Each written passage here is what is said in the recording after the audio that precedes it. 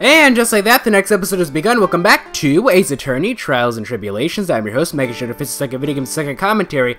We last left off, we were in a bit of a pickle. I got kind of lost, but there's one thing that I want to try out first before, like, we call it quits and look this up.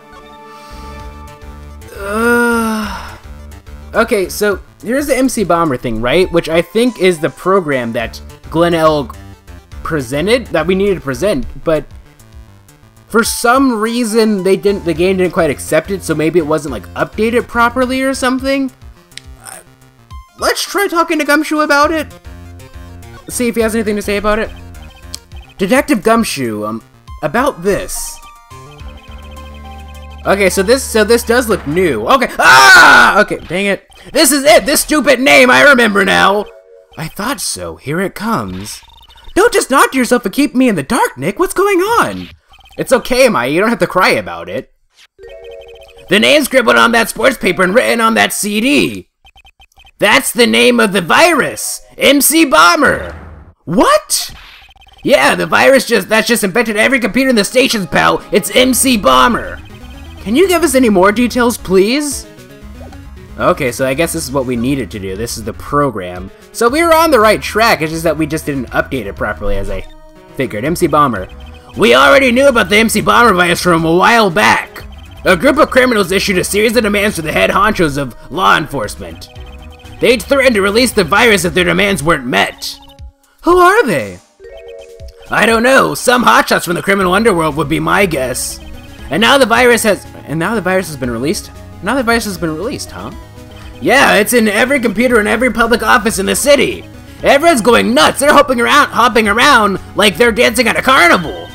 All this stuff with criminals and viruses. It almost feels like we're in a sci-fi movie.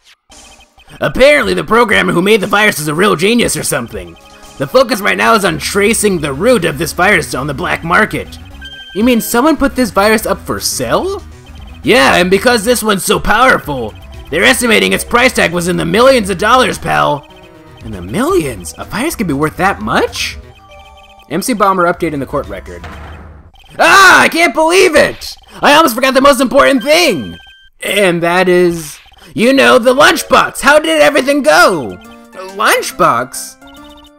You remember the weenies? I hate weenies! Oh yeah, those weenies. So, how did the weenies taste when they went down the hatch? Huh? Well, it was delicious. Yeah? That's what she said? Really? Well, not exactly. Don't worry about it, pal. I figured something would happen, so I came prepared. Prepared? What do you mean? I made a jumbo lunchbox. Oh. Do me a favor again, huh, pal, and deliver this? This sure is a heavy burden, in more ways than one. I can just imagine Maggie's little eyes sparkling with joy when you bring her that. Weenies again, Nick? Tell me we don't have to eat all these, too.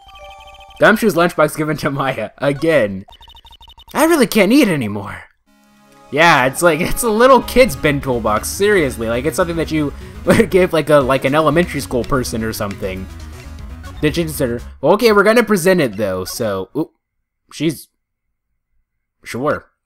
I guess that's probably... I imagine that probably at the end of this case... You know how, like, after the end of each, like, trial period, you have to, like, present something to someone? Like, we're probably gonna be...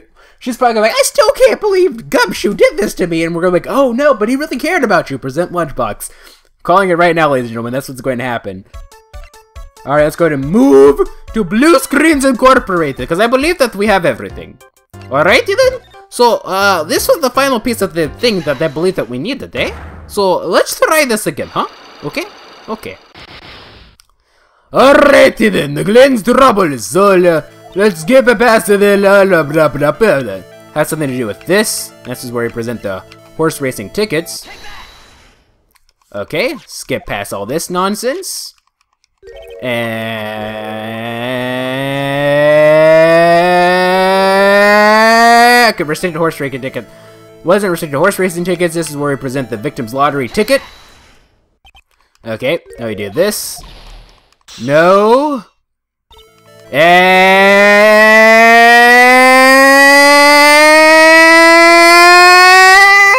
Something more terrifying and ferocious? Glen's calendar. Okay, now he presented that. Okay, now we're gonna go ahead and present profiles and present Furio Tigre.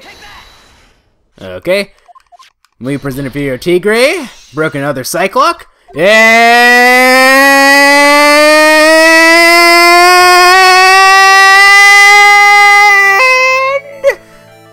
we have this to present now. MC Bomber. Well, this is it, isn't it? This is the virus that's infecting computers worldwide as we speak. MC Bomber. No!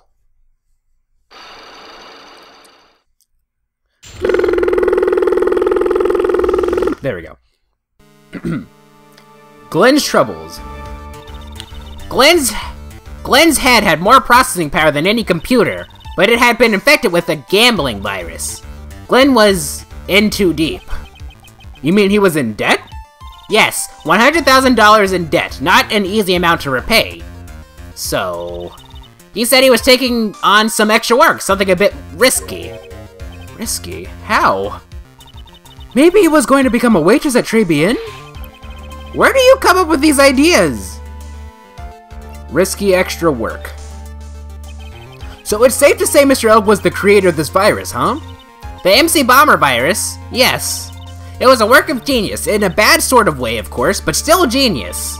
Something like that would probably fetch several $1 million on the black market. Inconceivable. Gumshoe was right for a change. This date, December 3rd, that is marked on his calendar. That was his deadline for repaying his debts.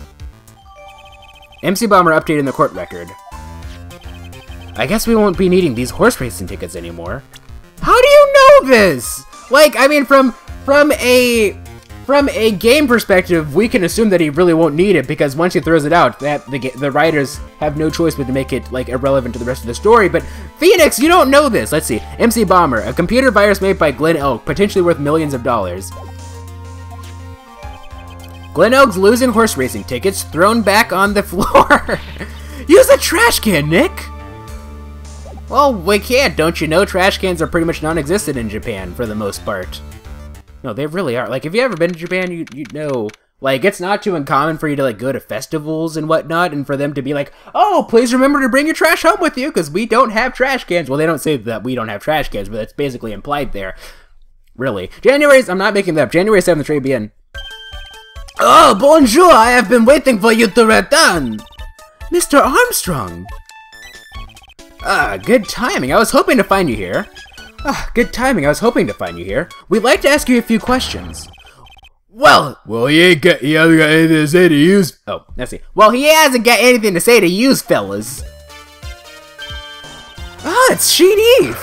Who you calling Z and Yelp? Don't come out from under the table already, Maya. Okay, hand it over. What? You was gonna play games with me? I don't recommend that. The medical papers, now! Uh-oh, I think he wants Viola Cadaverini's papers back. You mean this? The $1 million medical papers? Miss Cadaverini trusted you. That's why she said that she helped you. Forget about it! The girl's dumber than an eggplant. Yous wanna know what's sad? I'll tell you what's sad, and it ain't only her face. She thinks she got power because she's Bruto's little girl. Now that's sad. I can't let you have these papers. Tomorrow in court, I'm going to expose what you did to get the $1 million used to pay this off. Are you crazy or something? I don't care if you want to give it to me or not. There's 2 of us here. You got that? 2. Oui. Mr. Armstrong? Forgive me, désolé, I cannot argue with them. Did I just get slapped? I don't even... That really hurt. If that all you get, I'll be taking those papers now. Okay, first of all, like, this isn't the... Phoenix just loves getting hit, not just by, like, Maya or, like, if you remember in the first case, or the second case of the first game, like, Red White literally, like, punch Phoenix in the face. He's like, you see this? Well, I didn't do a playthrough the first game, so I just had to make up a voice. And he's like, you see this? This is proof. I'm gonna punch you in the face, and I won't even get an assault charge because I'm so freaking rich. Armstrong, get that lighter. Wait! Don't take it too hard, Phoenix Wright. That was so stupid. I shouldn't have let my guard down. You shouldn't have pulled it out in the first place. Come on, you could have just been like, I don't know what you're talking about, man. Those medical papers were vital. Evidence. I guess we passed out. Hold it, pal! Detective Gumshoe? Detective! You think you're gonna stop me, copper? Beat it! Gah! Whoa! Come on, Gumshoe! Keep it together! You guys get out of here! Leave this guy to me! But, go, pal, and take this! If you get hurt, who'd look after Maggie, huh? Alright, thanks, Gumshoe. Wait, Nick, don't leave me behind! I'll get even with that guy tomorrow. In court. Tenderlander is going down. To be continued! Alrighty then. Would you like to save stage data up to this point? Yes, I would like to. I don't care if you don't want me to or not, ladies and gentlemen. I'm gonna do it! Just do it! January 8th, 9:46 a.m. District Court, Defendant Lobby number 1. Good morning, Mr. Wright! Good morning, Maggie. So, what do you think is going to happen today, sir? Yesterday's session didn't go so well, and then they ended up on a giant mission! Mystery! That's true. And we still haven't solved a single part of it yet. Are you okay, Nick? Huh? Oh, yeah, of course. I saw that little flash of doubt in your eyes! No, that wasn't doubt, that was, determination! Why don't I believe you? It's nearly time, Maggie. You better get going to the defendant's seat. Roger, don't let me down, Mr. Wright. I'm counting on you. Ryokai. That's a Japanese word for the day. Ryokai. A lot of people, for some reason though, like a lot of people think that they're saying yokai, which is like a Japanese like demon spirit, but it's ryokai. Ryokai. It's like what you say, like it's like Roger. Like if you watch a lot of anime, you'll know. I'm counting on you. I'm counting on you! Hey, pal! Hey, Detective Gumshoe. Quit stressing Maggie out. She doesn't need that. How did you know she was stressed? I was watching through the doorway. Oh. You look like you lost the case already. Show a bit of confidence, will you, pal? Here, maybe this'll help. Maybe this will. I think that's the earwax stuff. Hey, have you taken up aromatherapy too? Not in a million years, pal. Don't tell me that you don't remember this thing. Come to think of it, that doesn't look like one of those aromatherapy bottles. This is the small bottle that turned up in the Travian's kitchen a couple days ago. Why does Phoenix always forget everything? I just don't. Okay. I guess they kind of have to, because I think the reason why they do that is because they can't guarantee that you're doing like the entire court session in one sitting. So they do this stuff. They have Phoenix forget about stuff to remind you about stuff, so that you like, because like it's vital evidence. If you forgot about it, then you wouldn't be able to continue, I suppose, without a walkthrough. But wow, look at all these little bottles. Oh, they're aromatherapy oils. He's got so many, they're overflowing onto the floor. Hey, wait a minute. There's one bottle that's different from all the others. Well, what do you know? And it doesn't have a label either. And it doesn't smell. We finally got the analysis results back from the lab. So? What is it? Is it the poison? I'm afraid not, pal. It's medication. I figured as much. Medication? Yeah, for years. Topical use only, apparently. For years? You mean... Yeah, it's the medication Glen Elg was using for his ruptured eardrum. What was Glen Elg's ear medicine doing in the kitchen? Small bottle refill into the court record. What about the unidentified fingerprints? Anything on that? Someone screwed up, so they only had time to analyze the contents of the bottle. Another hour and they might have gotten something on the prints, but... that's going to weaken its impact as a piece of evidence. Okay, pal, this is it! Make sure your defense is impregnable today, got it? Today's trial. I'm gonna expose that guy for what he's done, or my name isn't Phoenix Wright. Alright. January 8th, 10 o'clock a.m., District Court, Courtroom number 4. Now it's time for the judge and Godot again. Court is now in session for the trial of Maggie Bird. The defense is ready, Your Honor. Ready and waiting as always, Your Honor. Very good, then we'll get underway at once. Yesterday, we heard the testimony of Mr. Victor Kudo. He claims to have witnessed the defendant putting a powder into the victim's coffee. However, the witness's testimony was plagued with a number of problems. The mark on the rim of the cup shows that the victim drank from it with his right hand, but according to the old man's testimony, he picked it up with his left hand. Thank you, Mr. Godot. Furthermore, according to the witness's account, the victim was listening to the radio with an earpiece in his left ear. Yet, the victim's left ear was ruptured, which made him effectively deaf in that ear. It's amazing how many contradictions a single case can have, huh, Nick?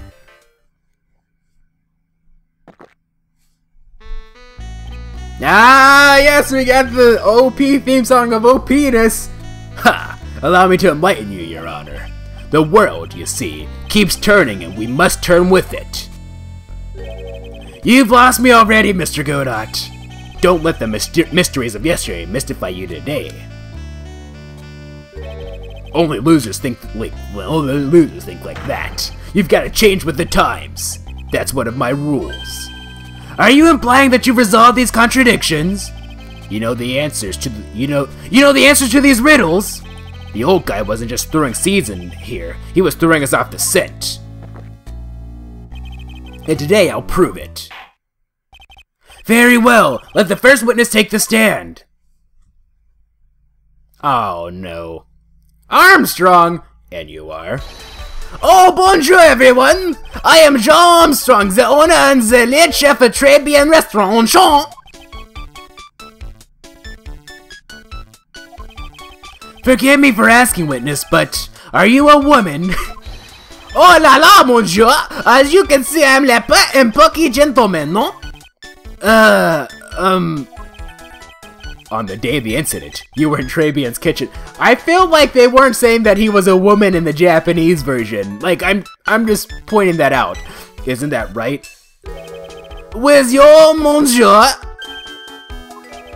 everything feels right.